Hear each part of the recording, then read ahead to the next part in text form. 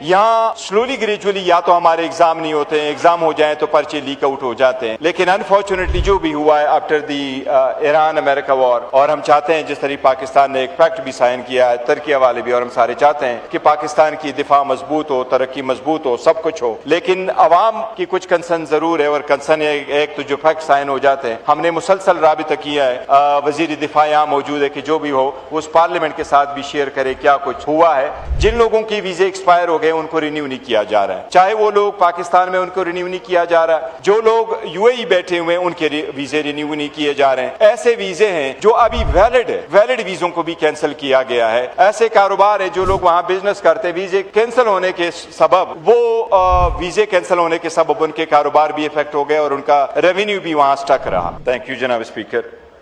जनाब speaker, point of order पे मैं 3 छोटे छोटे इशू टेकअप करूंगा। सबसे पहले तो जो सिबगत साहब ने लॉ एंड ऑर्डर सिचुएशन पे बात की है, मैं उसको सपोर्ट करता हूँ। मैं ये रिक्वेस्ट ज़रूर करूँगा कि ये टॉक ऑफ द टाउन अभी बन चुका है जी, मुख्तलिफ जगहों पे दहशत गर्दी के बारे में ये बातचीत हो रही है, और इवन तालिबान का मुख्तलिफ ऐसे इलाकों में मौजूद होना और पाना जहाँ से बड़े क्रिटिकल एरियाज़ है, इस पर बात भी होनी चाहिए, इसके ख़िलाफ़ एक्शन भी होना चाहिए। नेशनल एक्शन प्लान के तहत अमल दरामद भी होना चाहिए। अगर उसको रिव्यू करना है तो रिव्यू कर ले, और इसको सियासत से बालातर होकर के देखे। जब हम बात करते हैं तो हम सिर्फ पॉइंट ऑफ ऑर्डर पे उसको पॉइंट आउट नहीं करना चाहते हैं, बट हमारी कोशिश यही है कि हुकूमत की तवज्जो इस बात पे दिलाएं कि अगर दहशतगर्दी रहेगी तो तरक्की नहीं होगी, और दहशतगर्दी ख़त्म होगी तो ही तरक्की होगी, मुल्क मजबूत होगा। दहशतगर्दी वाहिद चीज़ है जो पूरे कौम और मुल्क की एक साथ दुश्मन है, तो मैं उसको सपोर्ट करूंगा जनाब स्पीकर। और जिस तरीके से आचकजै साहब ने पॉइंट आउट किया है कि इस पे से हासिल बहस हो, सब लोग डिस्कशन कर ले।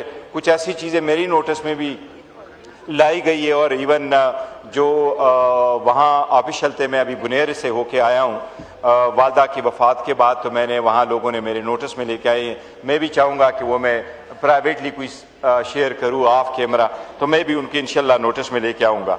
जनाब स्पीकर, दूसरा मैं एक अर्ज़ कर रहा था, अफगानिस्तान के साथ इस वक्त सिचुएशन तो बड़ा क्रिटिकल रहा है, लेकिन एक सिचुएशन की तरफ तवज्जो दिलाऊंगा।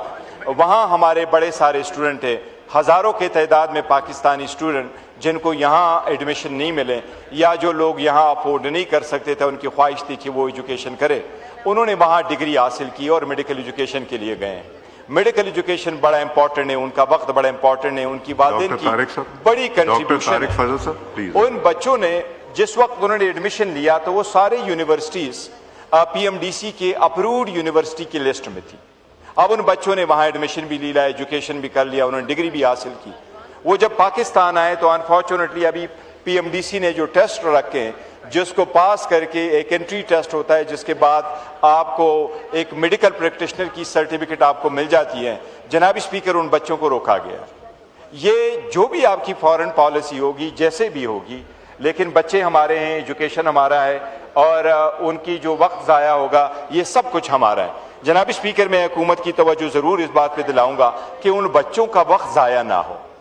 यहाँ स्लोली ग्रेजुअली या तो हमारे एग्जाम नहीं होते हैं, एग्जाम हो जाए तो पर्चे लीक आउट हो जाते हैं, और ख़ासकर डिग्रियाँ से हो जाती है। अगर कि उनकी एजुकेशन आप पे एतराज़ हो तो वो तो एक अलग बात है, लेकिन जिस वक्त वो जा रहे थे वो सारे के सारे यूनिवर्सिटीज़ अप्रूव्ड थी by the PMDC. All of a sudden उनको करना हमारे बच्चों का बड़ा एक मुस्तकबिल दाव पे होगा। मैं उनसे रिक्वेस्ट करूंगा कि इसको दोबारा सीरियसली देखें। दूसरा, और इसको कमेटी में ये इस पे इंफॉर्मेशन ले लीजिए, फिर काइंडली एंड में रिस्पॉन्ड कर लीजिएगा। एक बड़ा सीरियस इशू है, बच्चों के मुस्तकबिल की बात है, मुस्तकबिल की बात। जी ठीक। दूसरी बात जनाब स्पीकर, मैं कहूँगा कि यूएई जो है पाकिस्तान का एक बड़ा दोस्त और हमारा हम मुल्क है, दोस्त और मुस्लिम मुल्क है, और हमने हमारे बड़े सारे इंटरेस्ट इकट्ठे हैं। लेकिन अनफॉर्चुनेटली जो भी हुआ है after the Iran America war, और हम चाहते हैं जिस तरीके पाकिस्तान ने एक पैक्ट भी साइन किया है, तुर्किया वाले भी, और हम सारे चाहते हैं कि पाकिस्तान की दिफा मजबूत हो, तरक्की मजबूत हो, सब कुछ हो। लेकिन अवाम की कुछ कंसर्न ज़रूर है, और कंसर्न एक तो जो फैक्ट साइन हो जाते हैं, हमने मुसलसल राबिता किया है, वजीर दिफा यहाँ मौजूद है कि जो भी हो उस पार्लियामेंट के साथ भी शेयर करे क्या कुछ हुआ है। जनरल पब्लिक से हमें जो डिबेट मिलती है, इंफॉर्मेशन मिलती है, वो अलग है, लेकिन हम चाहते यही है कि पाकिस्तान की दिफा मजबूत हो और उसमें सबका से शामिल हो। तो इसलिए जो भी कोई फैक्ट साइन हो जाता है, पार्लियामान को ज़रूर इन चीज़ों पे एतमाद में ले ले क्या कुछ हो रहा है।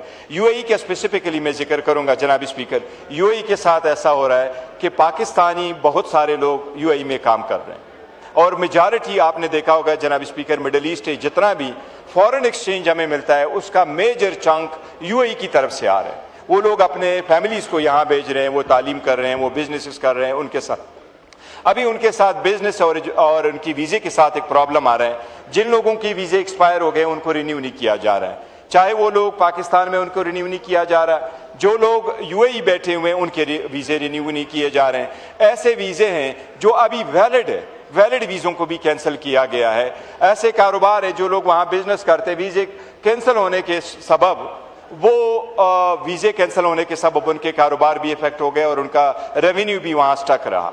ये एक बड़ा सीरियस इशू है जिस पे मेरे पास भी एक रिपोर्ट आई है। तो और हमारी पार्टी का एक वर्कर है, बहुत अच्छा है, अब्दुल अजीज़ नाम है, पीर बाबा का रिहायशी है। अगर चाहें तारिक फजल चौधरी साहब चाहें, उन्होंने बड़ा सारा डेटा कलेक्ट किया हुआ है जिसमें पूरा डिटेल मौजूद है, वो इनके साथ टाई अप कर देते हैं, हम अपना भी डिटेल दे दें। लेकिन इन दोनों इशू पे ज़रूर इशू कर लें। अगर हमारे लोगों के कारोबार को, उनके वीज़ों को, उनके बिजनेसेस को वहाँ प्रॉब्लम हो जाता है तो ये जो रेवेन्यू है वो रेवेन्यू हम एक्सपोर्ट करते हुए नहीं कमा सकेंगे जितना रेवेन्यू वो लोग हमारे पास यहाँ भेजते हैं। तो ये 3 पॉइंट पे मैं उनकी तवज्जो